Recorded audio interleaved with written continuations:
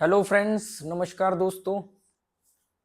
मैंने ऐसे ही जनरली एक वीडियो बनाया था कि मैंने जनरली नहीं, मेरे को वो दो तीन लोग, तीन चार लोग थे जो काफी महीनों से मेरे पीछे पड़े थे कि आपने कई बार बताया लाइव में कि भी आपके ऊपर कर्जा था 22 लाख का, वो आपने कैसे उतारा, वो टाइम कैसे वो किया। तो मैंने एक वीडियो बना दिया। वो वीडियो पे मेरे ख्याल से 23-24 हजार व्यूज होंगे, आ गए उस पर। तो उसके बाद लोगों ने उसमें इतनी दिलचस्पी ली कि आगे क्या हुआ वो बताना। तो वो फिर मैंने आगे बताया कि भी मैंने होम लोन कैसे उतारा, या जब लॉकडाउन के बाद मैंने कैसे जिंदगी जी। धीरे धीरे वो सिलसिला ऐसा चलता चला गया, लोगों को इतना मजा आ रहा है मेरी लाइफ के बारे में जान के, मेरे को भी अच्छा लग रहा है कि भाई मेरे को तो ज्यादा बात करने की आदत है ही। तो मैंने कहा चलो, तो मैं ऐसे ऐसे करके किस्से शेयर करने लग गया। और वो सिलसिला यहाँ तक चल गया कि लोग कह रहे कि यार आप तो इसके ऊपर सीरीज बनाओ, मतलब प्रॉपर इसको कंटिन्यू करो। जैसे मैंने बताया मैंने घर क्यों छोड़ा था, उसके बाद मैंने पहला दिन बताया। अब लोग बोल रहे उसके आगे का बताओ, तो आज मैं उसके आगे का बताऊंगा कि मैंने उस दिन क्या किया। तो किसी ने बोला आप इस पर किताब लिखो, किसी ने बोला इस पर मूवी बन सकती है। मैंने कहा ऐसी तो घटनाएं सबके जीवन में घटती होंगी, ऐसा नहीं है कि मेरे साथ ही कोई स्पेशल केस ऐसा हुआ है। तो सबके साथ ऐसा कुछ ना कुछ तो होता ही होगा। लोग लोग इसलिए कनेक्ट कर पा रहे हैं क्योंकि ये रियल जिंदगी मैंने जी है।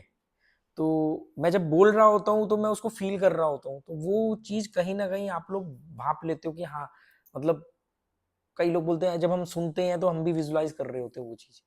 तो चलो अब मैं बताता हूँ उस दिन क्या हुआ। तो आपको मैंने पहले तो ये बता दिया था कि भी मैं घर क्यों छोड़ा और कैसे छोड़ा।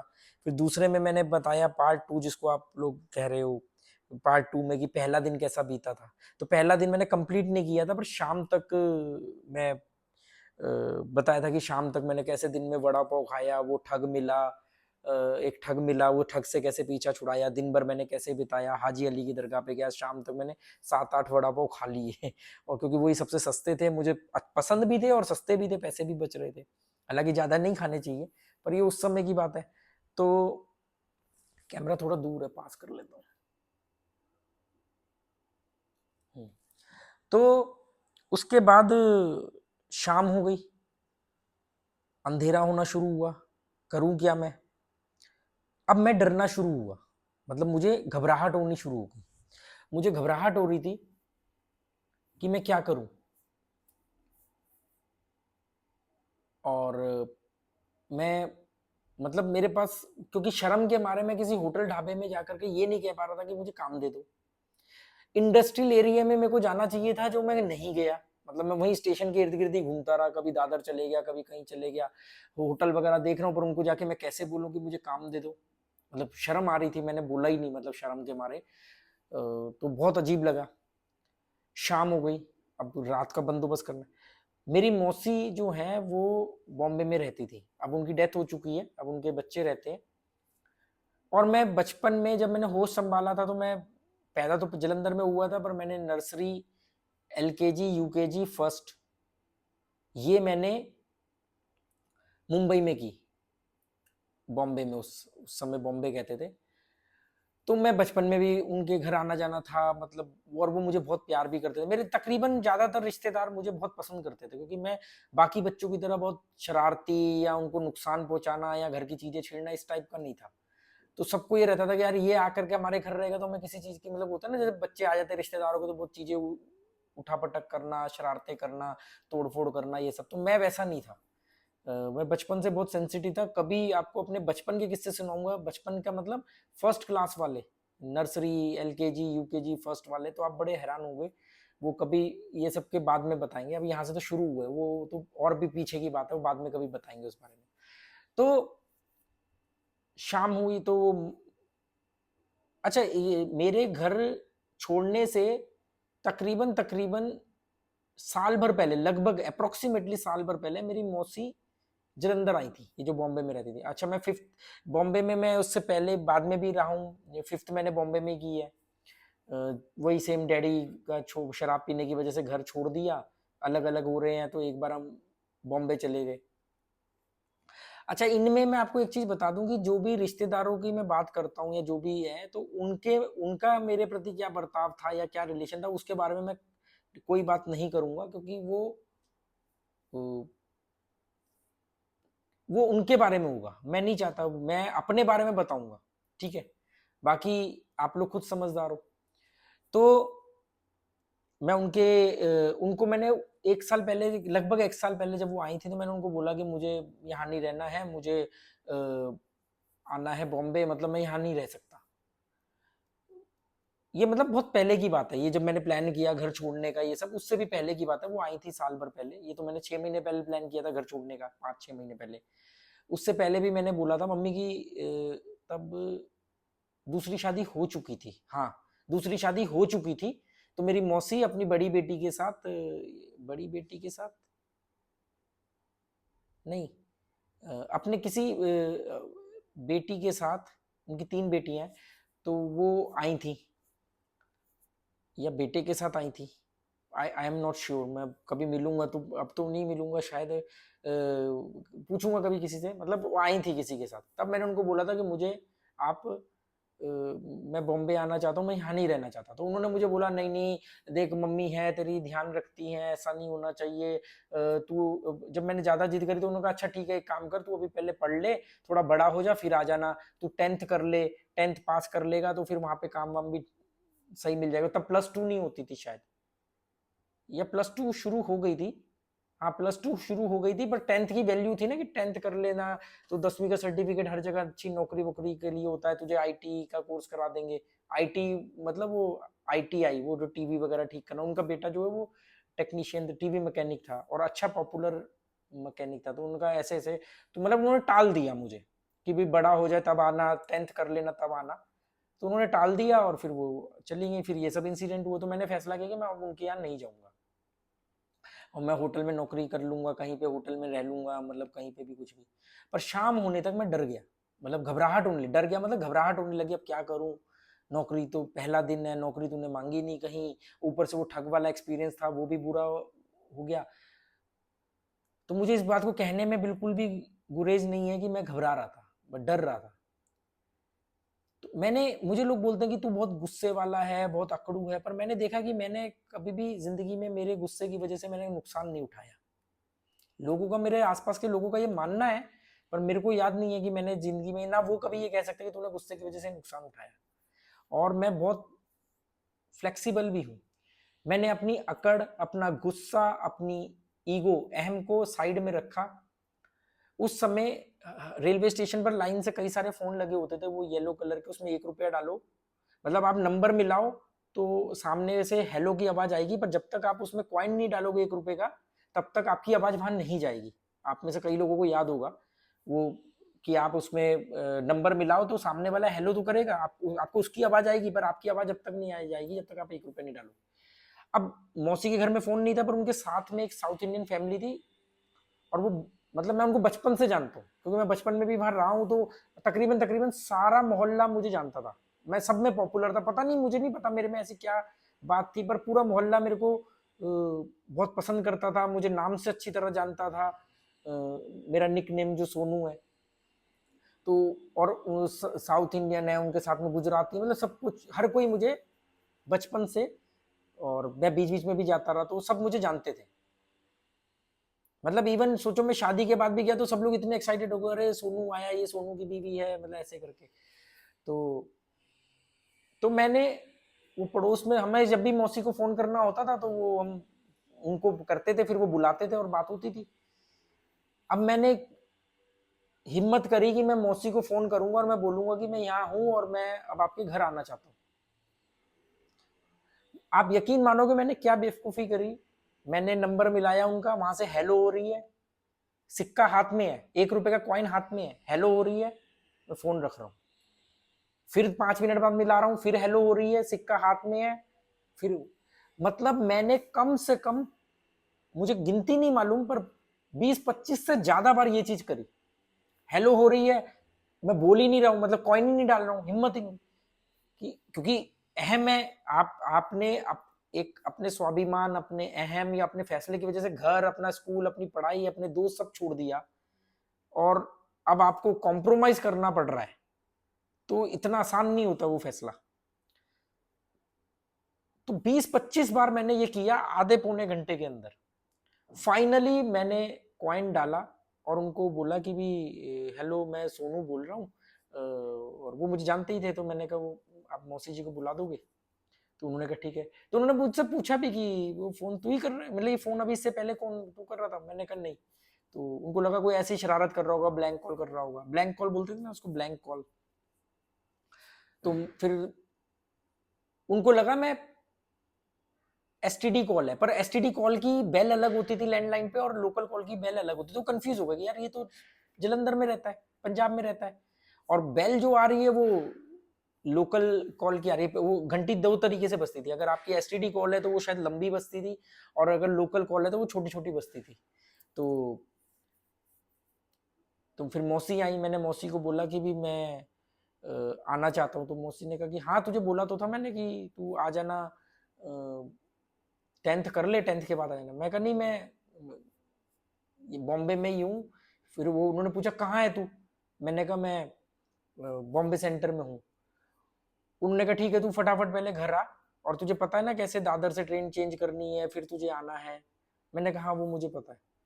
और इतनी बात हुई हमारी, ज़्यादा बात नहीं हुई, फ़ोन पे इतनी बात हुई, और फिर फाइनली मैंने बॉम्बे सेंटर से दादर की ट्रेन पकड़ी, दादर से फिर मैंने मुलुंड वेस्ट की ट्रेन, मुलुंड वेस्ट में वो रहती है, मुलुंड की ट्रेन पकड़ी, लोकल ट्रेन।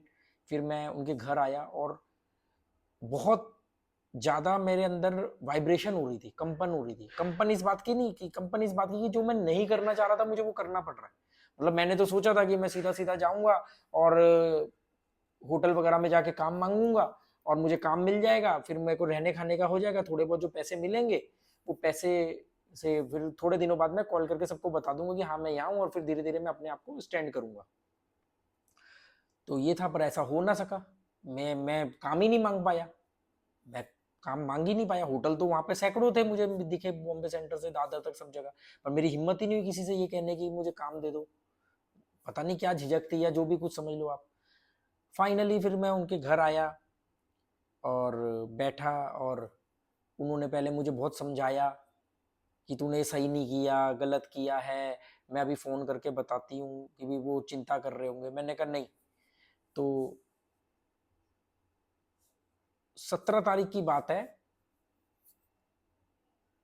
हाँ, तो मेरे पहुंचने के बाद, अच्छा फिर मैं बैठा, उन्होंने चाय बनाई।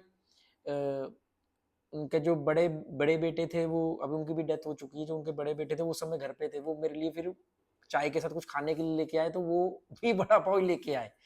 तो उन्हें भी मालूम था कि मुझे वड़ा पाव बहुत पसंद है, तो वो वड़ा पाव लेकर के आए, वड़ा पाव खाया, चाय पी, फिर यही सब बातें होनी शुरू हुई। और 7 बजे के बाद पड़ोसी के घर में फ़ोन बजा, क्योंकि 16 को छुट्टी थी, 17 को आना था मैंने घर, मतलब 16 की रात को आना था ताकि 17 को मैं स्कूल जाऊं। तो मम्मी ने सोचा कि चलो नहीं आया, एक दिन की और छुट्टी कर ली। पर जब 17 की भी शाम हो गई, तो मम्मी ने कहा तो ये 18 की भी कहीं छुट्टी ना कर ले। तो मम्मी ने फ़ोन किया मामा जी के यहाँ, उन्होंने कहा वो तो आया ही नहीं हमारे यहाँ। बस जैसे ही उन्होंने कहा कि वो आया ही नहीं, तो मम्मी को मालूम पड़ा कि वो निकल गया, वो गया। तो इन लोगों में आपस में मीटिंगें होनी शुरू हुई, मामा जी शायद मम्मी के घर आए कि भाई वो तो गया। भाई 2 दिन वो मैं बोल, मम्मी सोच रही मैं 2 दिन से मामा जी के घर हूँ, तो उन्होंने कहा वो तो आया था, पर वो अपना सामान वामान कुछ लेकर के चले गया। तो इन्हें मालूम, मम्मी को मालूम पड़ गया कि वो गया। तो सबने बोला कि वो दिल्ली जाएगा। मम्मी ने बोला वो दिल्ली नहीं जाएगा, क्योंकि दिल्ली में मेरे डैडी रहते थे, और मेरी मम्मी ने जो दूसरी शादी की थी वो मेरे डैडी जिंदा थे तब। उसके 2 साल बाद तकरीबन उनकी डेथ हुई थी, शराब पी पी करके। मौत की वजह भी यही थी कि शराब बहुत पीते थे। तो कुछ 38-39 साल की उम्र में शायद उनकी मौत हो गई। 26/6/96, 26 जून 1996 को उनकी डेथ हुई थी।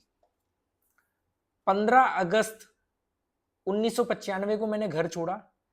26 जून, छठा महीना जून होता है ना, 26/6/96, 26 जून 1996 को उनकी डेथ हुई। मतलब मेरे बॉम्बे पहुंचने के लगभग लगभग 9-10 महीने बाद उनकी डेथ हो गई। वो अलग किस्सा है, वो बाद में वो डिफरेंट वो कहानी है कि फिर मैं कैसे, मैं बॉम्बे से मैंने छोड़ा, दिल्ली पहुंचा। और पर मम्मी ने कहा वो दिल्ली नहीं जाएगा, मुझे मालूम है, क्योंकि मेरे को मालूम है मेरे डैडी बड़े डेरिंग बाज हैं और बहुत ही उड़दंग है। अगर उनको मालूम मैं दिल्ली जाऊंगा उनके पास, तो उनको मालूम पड़ेगा कि मम्मी ने दूसरी शादी कर ली, फिर वही हंगामा कलेशबाजी। तो मम्मी ने कहा था कि वो दिल्ली नहीं जाएगा, मुझे ये मालूम है। तो ये लोग बाद में मुझे जब मेरी मुलाकात हुई तो इन्होंने बताया कि ये किसी पंडित के पास भी गए, वो बाबा होते हैं ना जो बता देते हैं वो किस तरफ गया है, तो बाबा के पास गए, बाबा ने भी बोला दिल्ली गया है। अच्छा, उससे पहले एक इंसिडेंट हुआ था, मेरे दोस्त के घर में जागरण था जब मैंने घर नहीं छोड़ा था, तो जागरण में हम लोग गए, तो वहां पर जागरण जगराता जो होता है वो पूरी रात चलता है। तो हम लोग सब दोस्त के घर जगराता था, तो सारे क्लास के जो 4-5-6 दोस्त थे क्लोज, वो सब वहां गए थे। मैं और अमजद कंपनी बाग, उसी कंपनी बाग में गए, तो वहां पर मेरी एक जान पहचान हो गई एक अंकल से। वो अंकल रेलवे में थे और वो मुझसे बड़ा इंप्रेस हुए। उनको लगा कि ये सुबह सुबह 4 बजे कौन पार्क में आ गए, उनको लगा कहीं घर छोड़ के तो नहीं भागे हुए लड़के। तो उन्होंने मुझसे घर का एड्रेस पूछा, मैंने बताया, तो वो अगले दिन वेरीफाई करने घर आए कि सच में मैंने जो बताया था वो सही एड्रेस बताया था। तो फिर वो घर आए थे, तो वो चाय वगैरह पी, उन्होंने कहा बहुत समझदार बच्चा है ये वो। तो उन्होंने मुझे बोला था मैं रेलवे में काम करता हूँ, तुझे कभी भी कहीं जाना हो तो मुझे बता देना, तेरी टिकट नहीं लगेगी, मैं मतलब अरेंज करवा दूंगा। तो मम्मी ने उनको कांटेक्ट किया कि भाई कहीं उनसे ना टिकट वगैरह के लिए मैंने कह के कहीं गया हूँ। उन्होंने कहा नहीं, मेरे पास तो कोई उसका संपर्क नहीं हुआ। और ये बाबा के पास गए, वो बाबा ने भी बोला कि शायद दिल्ली, मतलब बाबा ने भी बोला दिल्ली गया है वो, बाबा की पोल यहीं पकड़ी गई। तो मम्मी ने कहा दिल्ली तो नहीं जाएगा, मुझे मालूम है। और फिर 7 बजे के बाद एसटीडी के हाफ रेट होते हैं, 7 बजे के बाद घंटी बजी। इस बार घंटी जो थी वो एसटीडी वाली थी, बेल जो बजी पड़ोसी के घर, वहां से आया कि भी फोन है पंजाब से। मौसी गई और मेरी मम्मी मौसी के ऊपर भड़क गई। मतलब मेरी जो मौसी है वो बड़ी बहन है मेरी मम्मी की थी। तो मम्मी गुस्से में मौसी से लड़ पड़ी कि मतलब आपने बहका के मेरे बच्चे को बुला लिया, क्योंकि मेरा बड़ा लगाव भी था उनसे, वो लोग सब मुझे पसंद भी करते थे। तो मम्मी का वो जो था कि भी मेरा बच्चा बॉम्बे आ गया, तो शायद वो आई थी साल भर पहले, कुछ शय दे गई होंगी, या मतलब कुछ मेरी बातचीत, मैंने कई बार उनको चिट्ठियां भी लिखी कि मैं आना चाहता हूँ। तो उन्होंने चिट्ठियों में भी लिखा मुझे कि भी पढ़ाई वढ़ाई कर ले फिर आना, क्योंकि वो चिट्ठी जो होती थी वो सब पढ़ते थे, और चिट्ठी मामा जी के घर आती जाती थी, जितनी भी चिट्ठियां आनी है वो मामा जी के यहाँ आनी है, क्योंकि मम्मी की जहाँ दूसरी शादी हुई थी वहां चिट्ठियां कोई भेजने का मतलब नहीं बनता था। अंतरदेशी, आपको याद होगा अंतरदेशी, इनलैंड कहते थे ना, इनलैंड अंतरदेशी, 1 रुपए 10 पैसे का आता था, पोस्ट कार्ड 15 पैसे का आता था, येलो कलर का। पोस्ट कार्ड तो खुला होता था, कोई भी पढ़ ले क्या लिखा है, डाकिया भी पढ़ सकता था। आज तो शायद आजकल के लोगों को तो मालूम भी नहीं होगा क्या होता है पोस्ट कार्ड। तो फिर वो मम्मी मौसी पर काफी मतलब वो अपना फ्रस्ट्रेशन निकाला। फिर मेरे से बात हुई तो मुझे उन्होंने बोला कि भाई मैं आती हूँ तुझे लेने। मैंने कहा अगर आप यहाँ आओगे मैं यहाँ से भी चले जाऊंगा, अभी कम से कम आपको मालूम तो कि मैं यहाँ हूँ। नहीं, मैं मामा जी को भेज देती हूँ। अच्छा तू आ जा, तू पढ़ाई कर ले अपनी पढ़ाई। तो मम्मी का एक ही फोकस था कि मैं किसी तरीके से पढ़ाई कंप्लीट कर लूँ, मतलब 10वीं या 12वीं तो कर ही लूँ, कि तू पढ़ाई कर ले पढ़ाई कर ले। मैंने कहा अब मैं पढ़ाई नहीं करूंगा, पढ़ाई से मुझे लगाव था, पर मैंने कहा अब मैं पढ़ाई नहीं करूंगा। अब जो जो छोड़ दिया वो छोड़ दिया। आपने मेरे मुंह से एक बात सुनी होगी कई वीडियो के अंदर, बुजुर्गों का मोहल्ला और महबूब की गली, अगर मैंने एक बार छोड़ दी तो फिर मैं कभी वहां दोबारा नहीं जाता। तो मैंने कहा अब तो नहीं, मैं ना आऊंगा और ना मैं पढ़ूंगा, अब मुझे जो करना वो। तो उन्होंने कहा ठीक है फिर तू वहीं रहे। तो मौसी ने कहा कि कोई बात नहीं, इसको अभी रहने दो, मैं समझा बुझा के इसको भेज दूंगा। मतलब उस समय फिर यही बात हुई। और शो मस्ट गो ऑन। उसके बाद कैसे मैंने वहाँ काम ढूंढा, मेरी पहली नौकरी कैसे लगी, मेरे ऊपर बहुत दबाव बनाया गया कि भाई मैं 10th तो कर लूँ ओपन से, या जैसे ओपन ओपन का तो मालूम नहीं, मतलब पढ़ाई के लिए बोला गया, क्योंकि मैं 10th में आ चुका था, 2 महीने में पढ़ भी चुका था, 10th के फर्स्ट टर्म के एग्जाम से पहले मैं गया था, छोड़ दिया था घर। तो इस सिलसिले से मैं यहाँ पहुंचा। अब कुछ दिन मौसी के घर रहने के बाद मैंने बोला कि मुझे काम करना है, मतलब मुझे काम चाहिए। मेरे पास जो 500-600 रुपए जो थे, जो बचे गए थे जो सॉक्स के अंदर, वो मैंने मौसी को पकड़ा दिए कि आप रख लो। मैं मतलब बड़ी रकम थी मेरे लिए, और मैंने कहा मैं इसको कहा आप संभाल के रख लो, तो वो मौसी को पकड़ा दिए।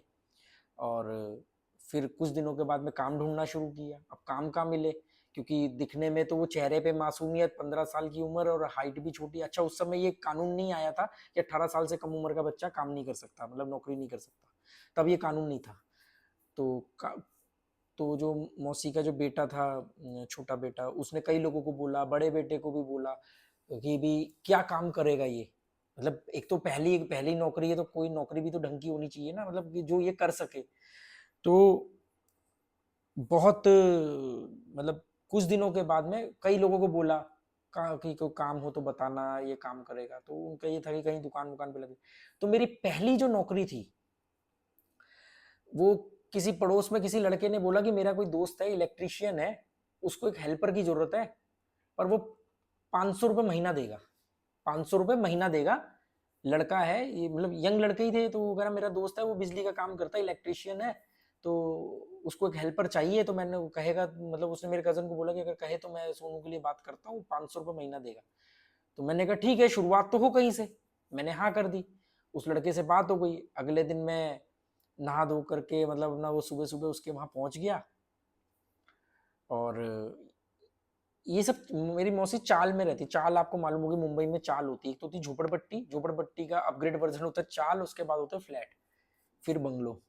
तो वो चाल में रहती थी। वो लड़का भी वहीं कहीं पास में ही, चेकनाका एक जगह है, चेकनाका, मुंबई और ठाणे के बीच में, चेकनाका के पास ही कहीं, वो भी चाल में ही रहता था। तो मेरी पहली नौकरी लगी, एक लड़का, यंग लड़का, मतलब होगा 20-22 साल का, या शायद इससे भी कम, 20-22 साल का होगा, अगर मैं 15 का था, हाँ 20 साल के आसपास का होगा।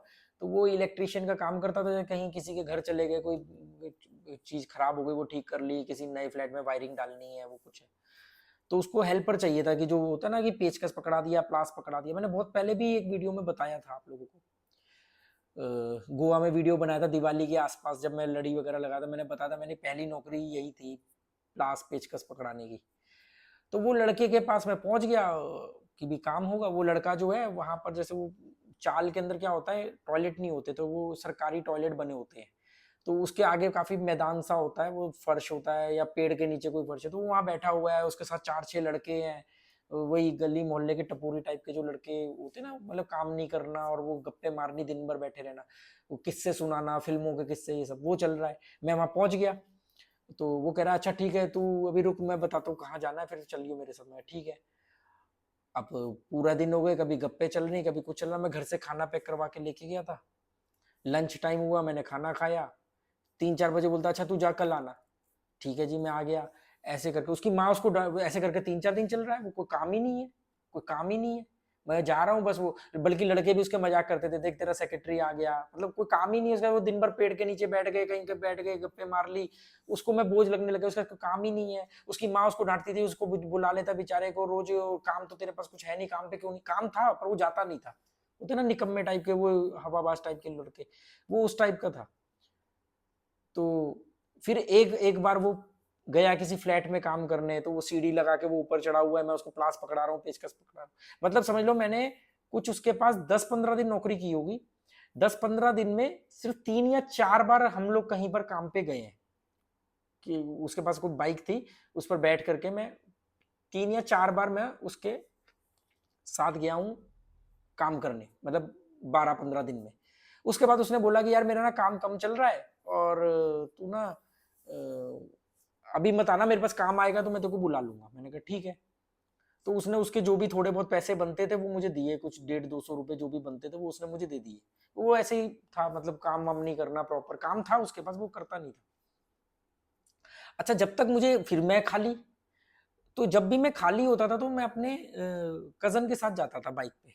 वो बहुत मशहूर, अपने इलाके का बहुत मशहूर टीवी मैकेनिक था, आज भी है, और बहुत मशहूर और बहुत टैलेंटेड। और वो भाई साहब भी बहुत, उनकी भी पढ़ाई में मन नहीं लगा, उन्होंने 5th के बाद में पढ़ाई छोड़ दी, मतलब फेल हो रहे थे।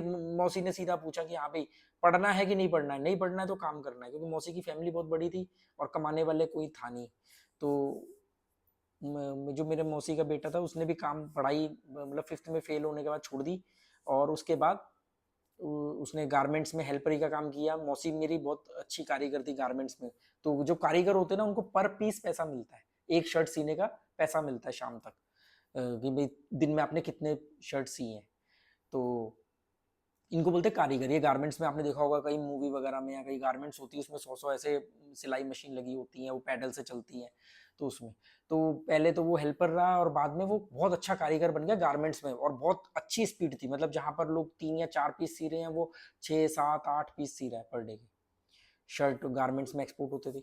फिर उसके बाद उसने ITI का कोर्स किया, और फिर उसके बाद उसने कुछ साल भर किसी मैकेनिक के पास, टीवी मैकेनिक के पास काम किया। उसके बाद उसको सर्टिफिकेट वगैरह मिल गया, और प्रैक्टिकल करने के बाद, और वो बहुत मशहूर अपने इलाके का, मतलब उसके पास इतना काम है।